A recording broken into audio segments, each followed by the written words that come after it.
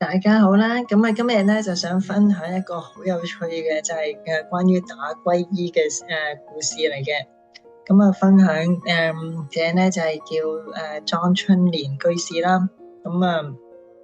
佢咧就講一個事件啦，就係咧佢本身係一個佛教徒啦，但係咧唔係好認真嘅。基本上就冇參加過咩法會，亦都冇咩參加過咩佛教團體。即係平日喺屋企咧，就有時候就念下大悲咒，念下佛號。咁1988年咧，上人去到台灣嘅時候咧，佢就得知會有個大德高僧咧，就去個妙法寺嗰度舉行法會。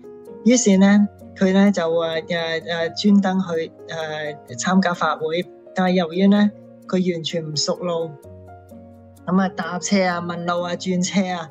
搞咗大半日，去到嘅時候，其實咧佢只係見到有一個法師喺個殿度走出嚟，後面跟住一大批信徒，個個都表現得非常歡喜同好崇拜。跟住咧佢先至知道，原來法會已經結束咗啦。於是咧就覺得係啊，咁辛苦嚟到，最終都趕唔到一次法會，就覺得好懊惱啦。就話第一次去佛寺參加法會就搞成咁，只係去到只係去到見到法會結束嘅場面，覺得自己真係冇福氣。但係咧佢又見到好多人咧喺一邊喺度填緊啲咩表，咁佢拎嚟睇睇，見人喺度填，於是佢自己又走去填咗佢啦。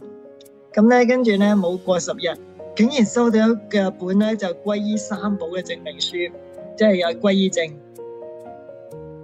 跟住咧，佢睇一睇冇咩點理，就將佢擺咗落櫃桶啦。跟住冇理到，直到呢1年之後，第2年啦，突然間有一日夜晚，佢就發咗個好奇怪嘅夢。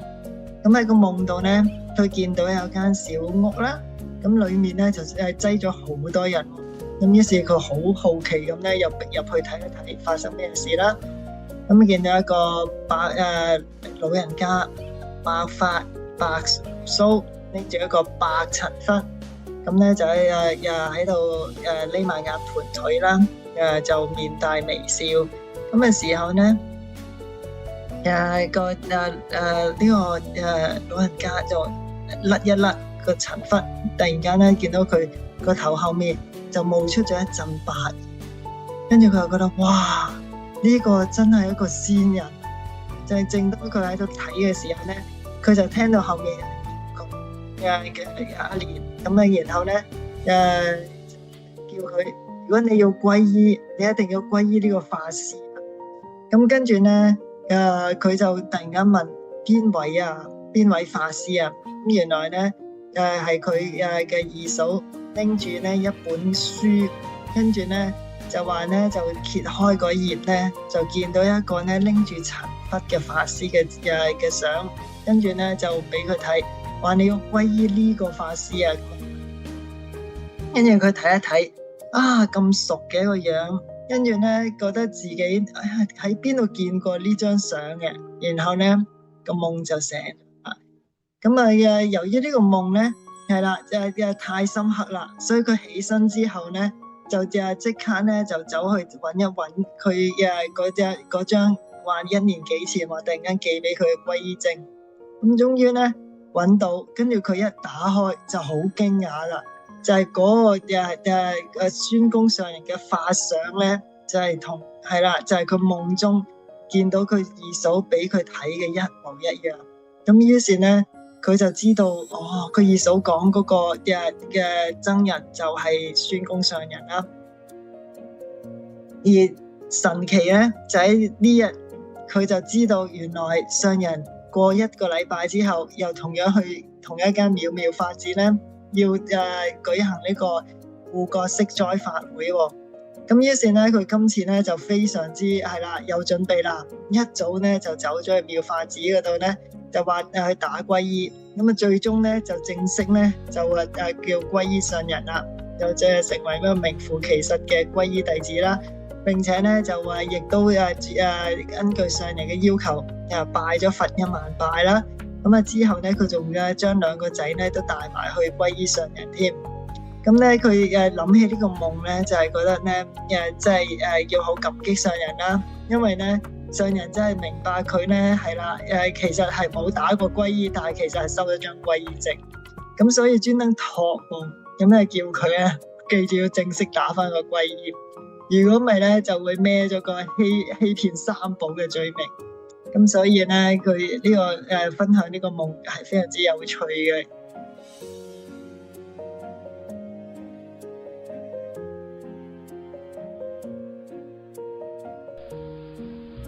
这个戒字和这个归字，归呢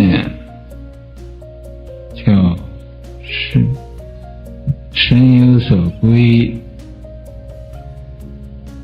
心有所归，身有所以。以什么呢？就以三宝来保护着。那么身皈依了，就不要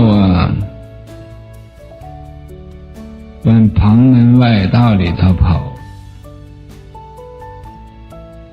所以说皈依佛境，宁舍生命。我们皈依佛之后，就算把我们生命牺牲了，我把我生命都舍了，